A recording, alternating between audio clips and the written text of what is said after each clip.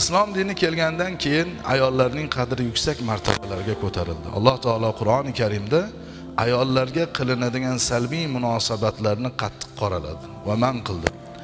Qizlarni yaxshi tarbiya qilganlarga o'g'il bolalarni tarbiya qilganlardan ham ko'proq ajrlar va'da qilindi. Bu haqda Rasul akram sallallohu alayhi va sallam hadislarda aytadilar.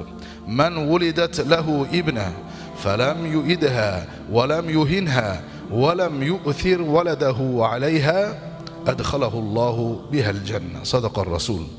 Kimning huzurida bir qiz bola tug'ilsa-yu, uni tiriklayin ko'mib yubormasa, kamsitmasa va o'g'il farzandini undan ustun qo'ymagan bo'lsa, Alloh taolo uni jannatga kiritadi deb hadislarda aytdilar. Hadisda erkaklar borasida bu gap yo'q. Jannat onalar oyog'ini ostida deyilgan, otalar oyog'ini ostida deyilmagan. Kimniki ikkita qizi bo'lsa, hozir keladi hadis. Kimidir ikkita opasi yoki singlisi bo'lgan degan hadis ayollarga keldi.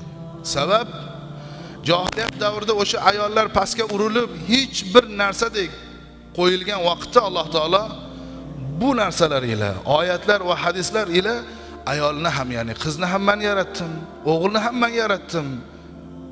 Buni behurmat qilishlikka insonning haqqi yo'q deya. Hatto payg'ambar sallallohu alayhi va sallamning tillari orqali jannat onalar oyog'ini ostida dedilar.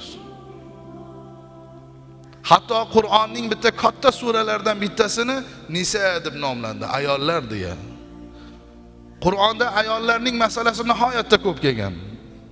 Bularni hammasini jamlasak, islom ayolni qadrlaydi degan ma'no kelib chiqadi.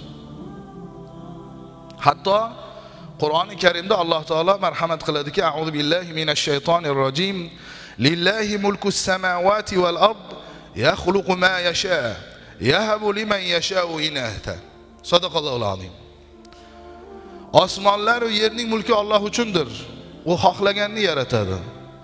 Xohlaganiga qiz beradi va xohlaganiga o'g'il beradi deb oyatni davom ettiradi.